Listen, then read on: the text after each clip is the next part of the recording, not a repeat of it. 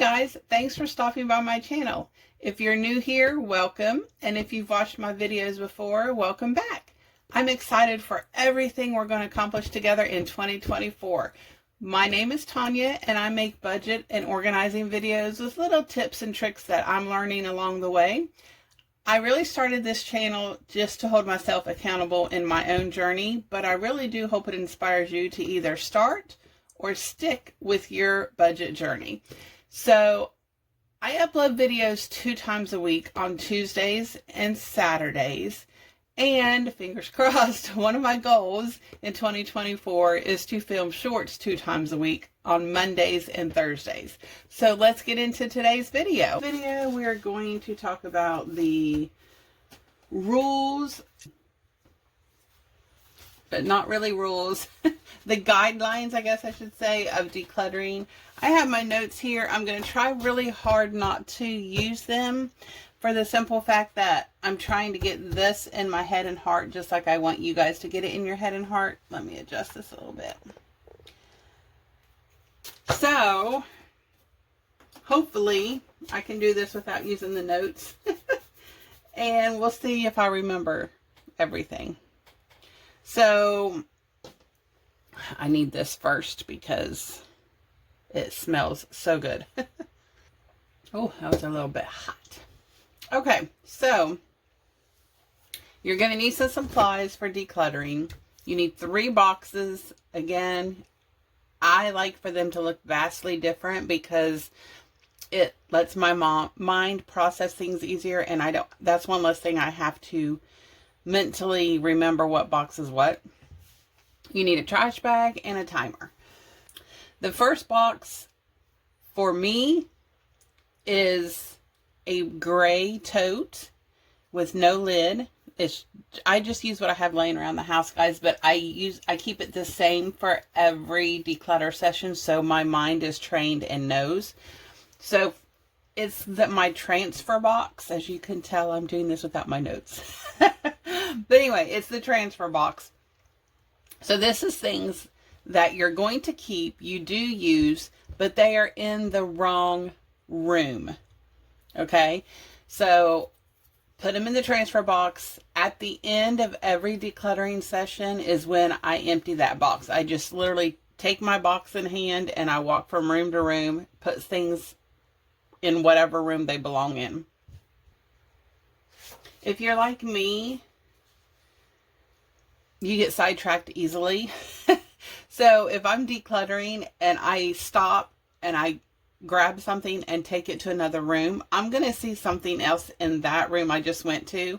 And it's going to be basically like a vicious cycle. And before I know it, my time that I have set aside for decluttering, my timer is going to go off and I'm not going to have any decluttering done because I've just went from room to room to room to room to room, putting different things in different places.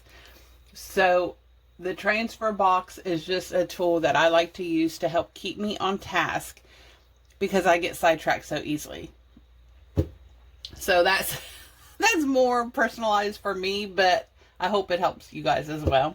So the second box is your giveaway box. I usually like to just use a cardboard box because if it's a good tote or something, I might not want to give that to Goodwill. So then I'm going to have to transfer it into another container or a bag or something. So I just go ahead and start with a cardboard box because I know at the end of the decluttering session, I can just put it in my trunk and take it to either Goodwill or a, woman's shelter, man's shelter, recovery center, whatever it is, like wherever I think they can use that item the most. So that is what I do with that box. I do allow myself probably about a week because my mom and my daughter like to go through the stuff I'm getting rid of. And so I let them go through it, and then I'll put it in the back of my car, and I give myself no longer than 2 weeks before that box has to be gone. That's from start to finish. Like, that's the time my mom and my daughter take to look through it, and also the time I drop it off. So it's for things that are still good, that you just aren't using anymore, or you thought you would use it and you didn't use it, or anything like that, that is what the giveaway box is for. Pretty simple, pretty easy. Again, I just make sure I don't drive around with it longer than 2 weeks from start to finish. Another thing with the giveaway box is you don't want to try to find the perfect person to give it to, or you're going to end up with 20 boxes sitting around your house because this person's going to, oh, this will be great for this person. And I have a giving heart, and I understand that. I want to give stuff away, and I think of people that I know could use it, but I don't want to have my house cluttered even more with boxes of stuff to give away to people. That's why I have a hard and fast rule. Yes, I let my mom and my daughter go through it, but other than that, I will take it and donate it. Unless one of my sisters by chance is like, hey, if anyone, sees this, be on the lookout. I'm looking for this. And if I happen to be getting rid of it, then I will shoot them a text or something and be like, hey, do you want this? And I'll send them a picture. If so, I'll hold it out for them. But again, 2 weeks. 2 weeks is where I like to keep it. Box 3 is my pause box. I know we've talked about this before, but it is a very dangerous box, guys. So be very careful using it. It is for like sentimental items, or I also use it for overflow. But if it's for items that you just aren't ready to deal with yet, because you just don't have the mental fortitude to do that, you're not real sure what to do with it, put it in the pause box, okay? But this is dangerous. I don't want you to put everything in the pause box as you're decluttering just because you're scared to make a decision on decluttering. There's a difference. If it was something very special and very sentimental to you from somebody that has passed, and you're just not sure about it, put it in the pause box. If it's like a family heirloom and you don't want it, you're not using it, put it in the pause box. And what I do is, like, I suggest you just shoot a text to some family members and say, hey, I have this. It was so-and-so's. I'm not using it, and I want to give it to a home where it can be loved. Is anybody interested in it? And give them a couple weeks, a month maybe. If they're like, yes, I want this. Just so that it can have a new home and someone can enjoy it, and it's still in the family, so you don't have to feel guilty type of a thing. But again, I don't want you to use a pause box as an excuse not to make hard decisions when it comes to decluttering, because that is part of the process. I also use this pause box for overflow. What do you mean by overflow, Tanya? I mean, if I'm decluttering, and I use this a lot as an example, for instance, towels. If I'm decluttering towels and I feel like I have too many, I'll put them in a pause box. And if I find myself going repeatedly back and getting more towels out of there, then I've probably pared down too much. If I went back once or twice just because all my other towels are dirty and I know I got towels in there, then I'm pretty safe to say I can get rid of those towels. Because at some point in life, you're going to run out of towels no matter what you do, no matter how many you have.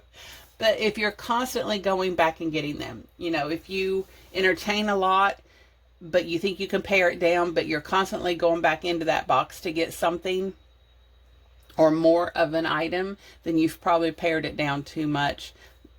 That is saying, I have to put a little disclaimer here. If everything else is dirty and you're just going in there to get that for convenience, then you haven't pared down too much. But if you are genuinely, I don't have enough of this, I need to go into that box and get more, then you've pared it down too much. Go ahead and take some of your overflow out. That's how I use the pause box. I will empty my pause box every 6 months to a year. I leave it that long because, number one, I want to know, if it's overflow, I want to know that I have enough and I'm not going to be going back in there and using it. Number two, if it's sentimental items, maybe within that 6 months to a year, I know what's in there and I'll be mentally ready to deal with it. And, sometimes it's seasonal items. I don't personally have seasonal items, but for you, you may have seasonal items. And so you're only going to use that once a year. So that's why I recommend going through it every 6 months to a year in case you have seasonal items in there and you want to know if you're going to use them. But again, don't use it just so you don't have to make decisions, because that's not what the pause box is for, okay? Okay.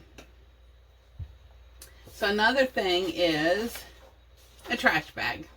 The trash bag is for items that have holes in them, that are ripped, that are broken, that no longer work. Look, I understand, oh, this is a good shirt, but there's a button missing, or there's a hole in it, or there's a stain on it, that type of thing. It doesn't matter if it's a shelter or Goodwill or whoever you're donating it to. Like, don't donate items that don't work or are stained or are ripped. They still want nice things as well. They still deserve nice things. So the trash bag is for trash that you're holding on to, okay? Self-explanatory. I empty it at the end of every decluttering session just because it's trash. And I usually just use a trash bag. So I'll just put it in with my other trash. And then finally, you will need a timer. Don't go buy one. I have a twist timer that I use, but that's because I use my phone to film. But most phones, most stoves, most microwaves, they all come with a timer. So don't go buy one if you don't think you have one. Look on your phone or your stove or your microwave, because they probably have a timer on them. Okay. So we're only going to be decluttering 5 to 15 minutes. I think that's a good amount of time. I don't want you to get overwhelmed. Like when I was in the living room last month, well, hopefully you guys joined me, but I didn't pull everything out of every nook and cranny and every drawer and every shelf, because I only wanted to do it in 5 to 15 minute increments. You don't want to get overwhelmed. You don't want to pull everything out and have a huge pile out in the middle of the floor, no matter where you're working. And then your timer goes off, even if it's the max of 15 minutes, and you have not even started decluttering yet because you've spent that time just pulling everything out. So, like you've seen on my video with the living room, I went drawer by drawer, shelf by shelf, and just did it a little bit at a time. I also, I'll set my timer. For me personally, I set my timer for 15 minutes. And then if I have time and I feel like I'm on a roll and I'm not struggling, I'll do another 15 minutes and then that's it. Like, I'm done for that day, that week, whatever it is, like however long, because I don't want to be overwhelmed. I don't want to spend 5 hours decluttering and then I'm not going to have any motivation to do it the following day or the following week or the following month or even the following year, because I did it one time for 5 hours and that was enough for me. You understand what I'm saying? So slow and steady wins the race. We're not like sprinting, we're doing a marathon. So slow and steady, slow and steady, slow and steady. It will get done eventually, okay? Eventually it'll be decluttered. You'll have to keep up with it. That's a whole nother thing. It's not this. See, I have a hard time with this. Decluttering, your decluttering sessions are not for what you would call like spring cleaning. So if you want to wipe out a drawer while you have it cleaned out, that's fine. But I don't want you to like pull all the furniture away from the baseboards and wipe the baseboards down and, oh, I think I'm going to move this cabinet over here, because I want to do that so bad when I start to declutter. Like, I want to rearrange everything. I want to pull something from the bathroom and put in the living room, or like a cabinet, like a little cabinet that I have. I know what I'm talking about, really. But like, I want to start rearranging and redoing all this, but I have to remind myself constantly that is not what my declutter sessions are for. My declutter sessions are for me to make decisions and get things out of the house so eventually I can organize and rearrange and all that good stuff. So it'll make it easier on me to do that. So I constantly have to remind myself of that little tiny guideline, I guess you should say. You could say I really, really struggle with that. So I hope I'm not the only one, but I try really hard not to organize or spring clean while I'm decluttering. I just want to move quickly and get it done. And it's really hard sometimes. So I have all these thoughts going on in my mind. Oh, this cabinet would look better over here, and I could utilize it more if I put this cabinet from there over here. And in my mind, in my head, that makes sense to me, but I don't want to do that during my decluttering sessions. My decluttering sessions are for the sole purpose of decluttering, and I have to remind myself that quite frequently, which is hard. Only declutter your things, okay? Like, I know you've heard me say this. Don't declutter your kids' things or your husband's things or anybody that you have in your household. Only declutter your things. I feel safe decluttering like the kitchen stuff because that's my territory. And he wouldn't care. He doesn't know anyway what I have and what I don't have. The office / washroom, which is here. I mean, it's together. It's a tiny little room, guys. And right now, it's a hot mess. I'm just telling you, it is a hot mess. Oy, I don't know when I'm going to get to this room. I have a schedule already scheduled out for what I'm decluttering what month. So it's a hot mess. Can I just tell you that? But I feel comfortable decluttering those areas in the bathroom because, again, like, that's not his personal items are in any of these.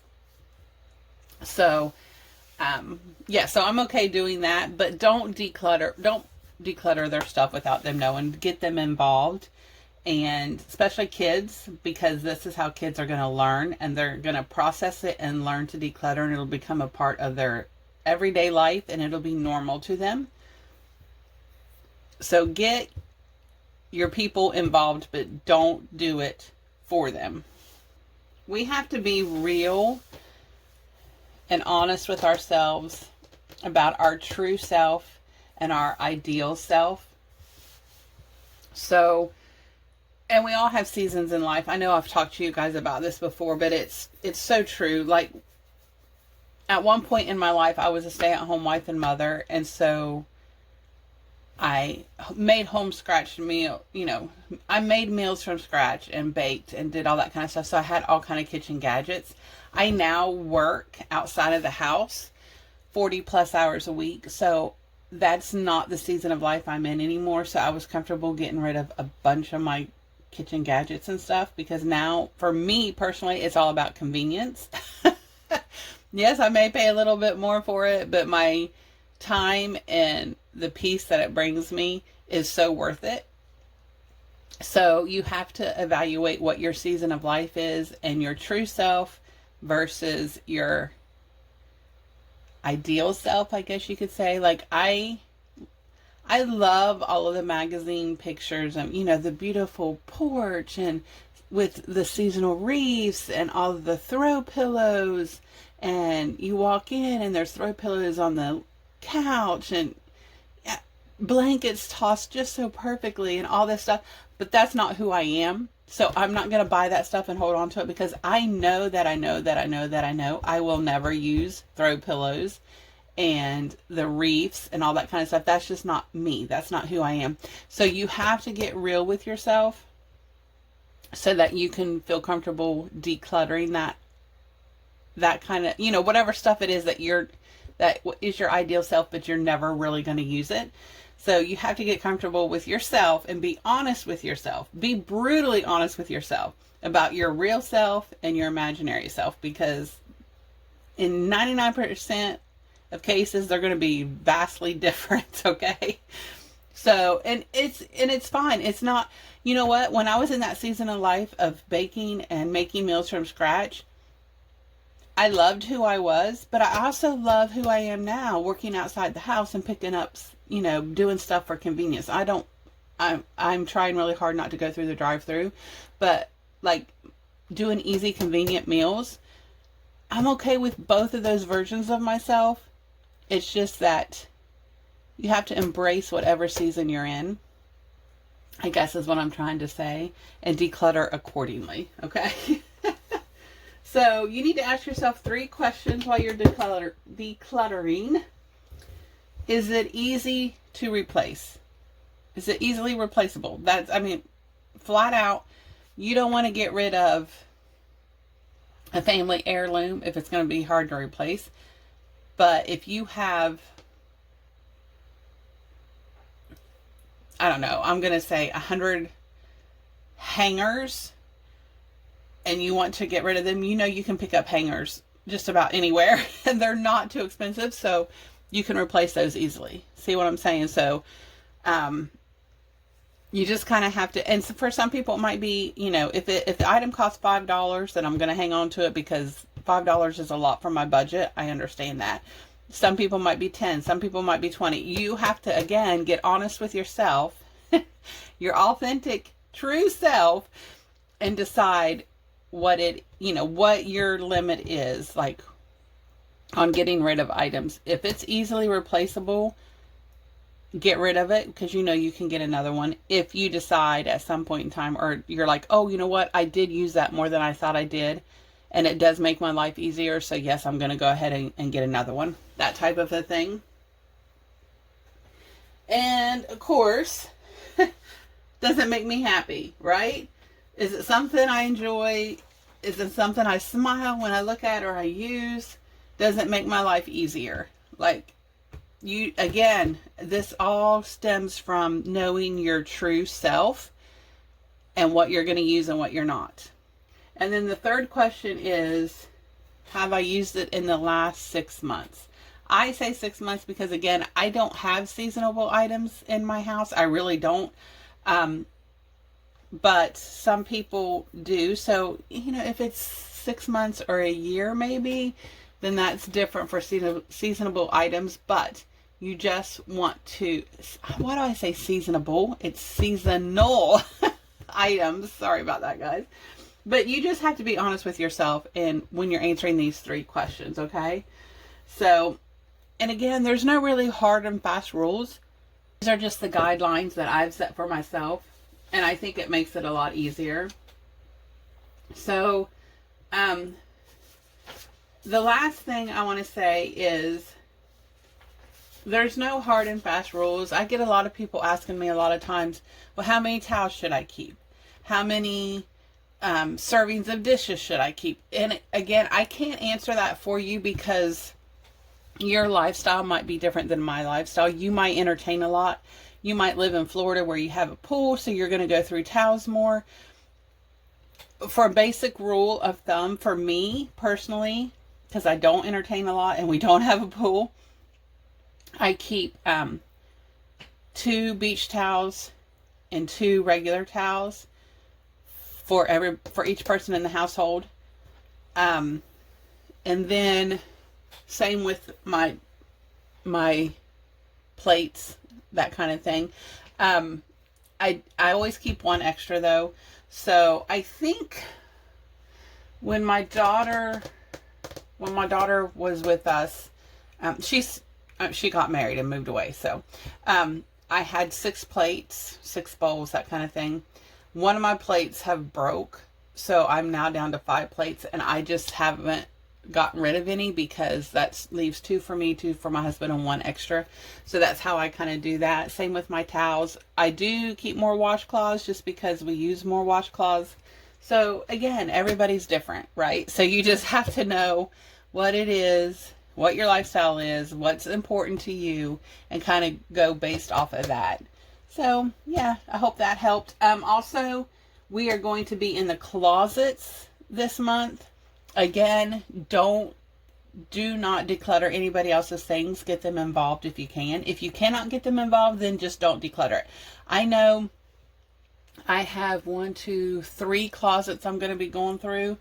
I know that my husband does have some items that I had put in like 2 little tiny storage container boxes with lids. I know they're in one of the closets. I will just take those out and like consolidate them into a bigger container and put it in my pantry, because I do have room now that I've decluttered it. So that way I'll know that's his stuff, but I'll get it out of my closet. The only really thing, the tip that I have a couple tips. If you can at all, keep the floor clear in your closets. It just makes it easier. I have one closet the floor is not clear. I'll show you that in my decluttering videos, and you'll understand why. It has one huge item in the bottom, but other than that, I like to keep my floors cleared. Also, when you are decluttering, like if you have clothes in your closet, I'll show you what I like to do with my hangers, so that I can understand and know if I'm actually wearing what I think I'm wearing, type of a thing. So yeah, those are really only the little tips and tricks that I have. But stay tuned for next week's video. So I will be decluttering and showing you some of those tips live and in action, I guess you could say. That's all for today's video. Thank you so much for watching my content. I really do appreciate it. Don't forget to hit that subscribe button and the like button. Feel free to comment and share on my videos. Thanks, guys, and until next time, stay safe and have a great day.